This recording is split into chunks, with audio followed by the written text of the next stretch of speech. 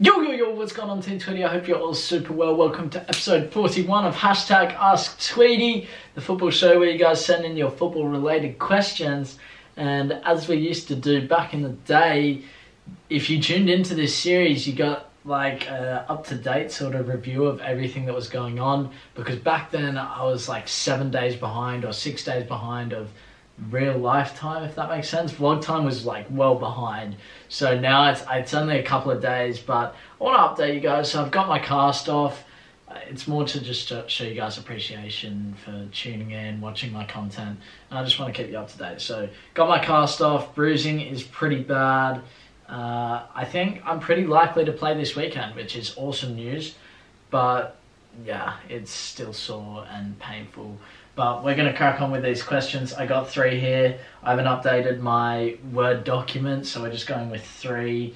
They're still good questions, but I know there's more elsewhere. It's kind of late, and I need to get this video done for you guys. And because I want to provide value, I want to help as many of you as possible. Some of you guys may be in this same exact situation. If I can help one person from this video, my job's done. That's all I care about. So hopefully I can help 1,000 of you. 2,000, however many views it gets, whatever, maybe even 3,000 if you share it with your parents and your dad's, mum's, sister's friend who's a football player. I hope this can help you. So, starting off, we do 3 questions every episode. Remember, if you want to leave a question, put it down in the comments below, swack it on this Word document, and yeah, that's basically how we go about it. So, the first question is, I've touched on this a lot recently in these Ask Tweedie, so I don't want to go into too much detail, but the question is, how important is it to play men's senior football? As a teenager, 16, 17, 18, is it better to play for an under 19s, under 21s or under 23s team, etc., or is it better to play for a team that is in men's football, but perhaps a bit lower tier, to get experience in a more physical environment that comes in from football life? So we're looking at someone who's 16, 17, 18 years old looking to play men's football. Now, I always say, kill your age group. I've told you guys the story where I played my age group. I got scouted by an A-League club into their youth setup, so the professional league here in Australia, into their under 23s. So I always say play your age group. For me now, I'm 20.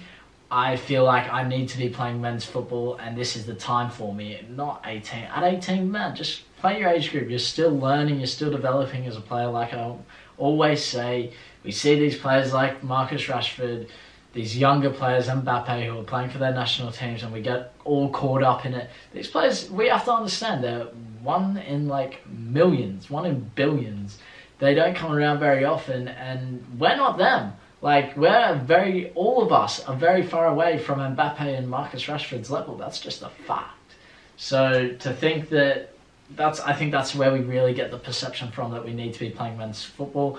I think you do need to start putting yourself into men's football. At what point, it kind of depends on you. So for example, if you're a lot smaller, it's not a good idea to go into men's football too early. If you're a bigger player, and let's say you're a massive number 9, and you're 18 years old and you're built like a 24-year-old male man, then yeah, go into men's football. If you're a woman, same sort of thing. It kind of depends on your build, your knowledge. Even at 18, you should be learning the game. 16, no chance. Like, just stick to your age group. That's my advice. I don't want to touch on that because I feel like we always go into these sort of questions of, oh, should I be playing men's football? Yeah, let's move on. Second question. Sheldon, I'm going for a trial and there won't be a full-size match where I could show my technical ability. They will be more impressed by creative players. I'm not. I play as a number 6. What do I do? That comes in from Mikkael. Now, I was actually, funnily enough, watching a mini documentary. It was like 3 minutes of a player called Tom Rogic. And if you guys don't know who Tom Rogic is, he's the starting number 10, or at least he plays a lot of attacking mid for Celtic. And he's part of the Australian national team. And the coach, who will be the Australian national team coach very soon, he used to coach a club here in Australia. And he picked up Tom Rogic and he said he was the best player at 6v6s. Every time he would dominate, absolutely dominate. And Tom Rogic dominates in 11v11s. He dominates in 6v6s apparently. Now, I think I get caught up, my dad gets caught up in these ideas that some things don't suit you as a player. And yeah, maybe I think you need to be able to perform in any situation that the coach puts you in, because 6v6, that means that it's very, you're saying here that so you won't be able to show your technical ability in a 6v6 match. I completely disagree. That's where all the technical stuff is. And if you're struggling with that, play futsal. Sorry, I don't know what that even was. What is it? I can't see, sorry. My phone's making stupid noises. But yeah, go play futsal if you find yourself struggling. I played that from 10 years old to about 16, 17. So 6 or 7 years of futsal. It helps so much with just your close ball control. So that's my advice for you.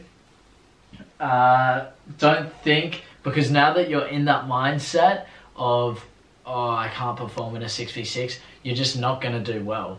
Go in with the mindset that you're going to kill it. I was also watching a little thing on Mike Tyson about how he intimidates opponents, and he goes in there and he stares them. See, I'm staring you guys down the camera, and then as soon as his opponent does this, do you see that?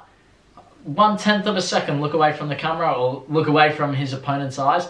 That's when he knows he has them and he's won the fight. That's what he said. So, and he's like, you know, I'm the best fighter in the world. I'm the best. Nobody's going to beat me. And it was just really interesting. It's the whole Floyd Mayweather self-talk sort of thing. You need to think that you're the best at your craft. And if you can really convince yourself that, then the sky's the limit. A lot of people, especially in Australia, it's hard to do something well. It's hard to achieve something without being put down for it. So, for example, this YouTube channel, it's amazing. We have 10,000 subscribers on here, but a lot of people bring that down. Like, just people I'm not so close with, and they go, you do YouTube videos. I'm like, bro, I do not care at all. Like, but it's these sort of things where you're not allowed to think that you're good because of the culture. And if you can beat that cultural barrier, and maybe it's a family barrier, maybe it's your friends' barriers, and you put yourself in this mindset where you're so confident, you're just going to kill everything. 6v6, 2v2, 1v1, 11v11, as long as you're good, of course. Then, yeah, that's my advice. Third and final question. This is a long one, so strap yourselves in. Actually, no, I'm going to shorten it down because it's pretty simple.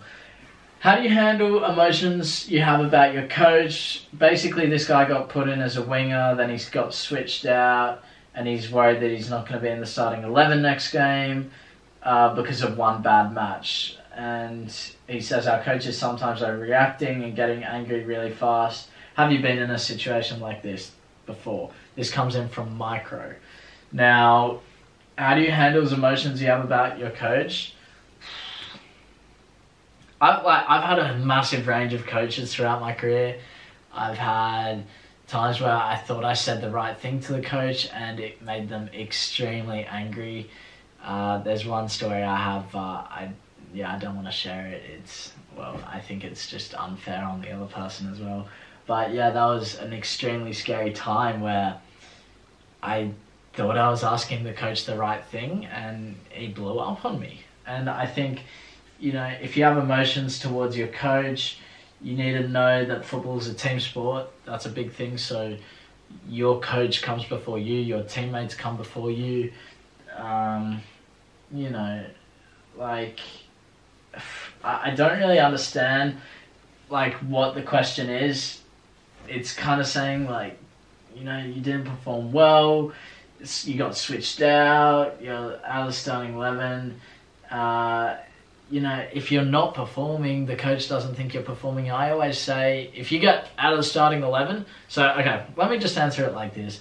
You're in the starting 11, you've been doing well, now you're out, right? What do? You go to the coach and you say, hey, John, I'm just wondering what I need to improve in order to get my starting 11 spot back.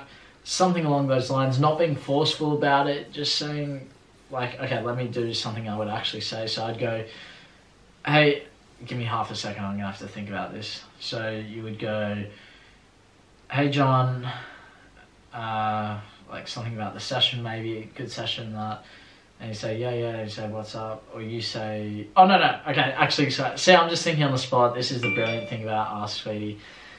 Why does my phone keep going off? So, you say before the session, you shake his hand and you say, hey, John, can I have a chat with you after the session?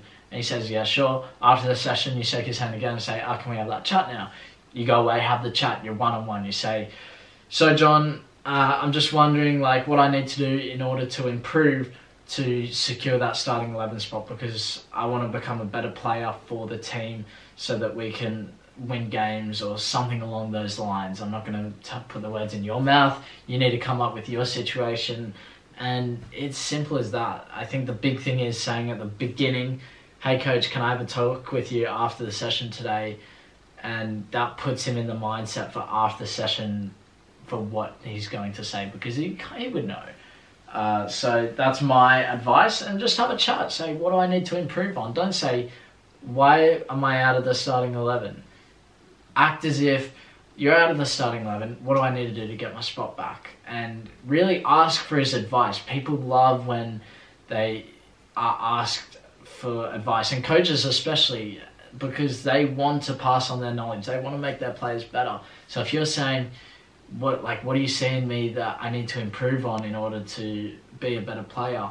They're going to love that. They're going to say this, this, and this, because they're able to identify it, or at least they think they are. And yeah, that's as simple as that. That's it. If it doesn't matter whatever situation, if you're in starting 11, do that. So anyway, Team Tweedie, I'm signing out. Make sure you leave a like on this video, subscribe if you're around here, join the hashtag AskTweedie family, and I'll see you in tomorrow's video. Bye.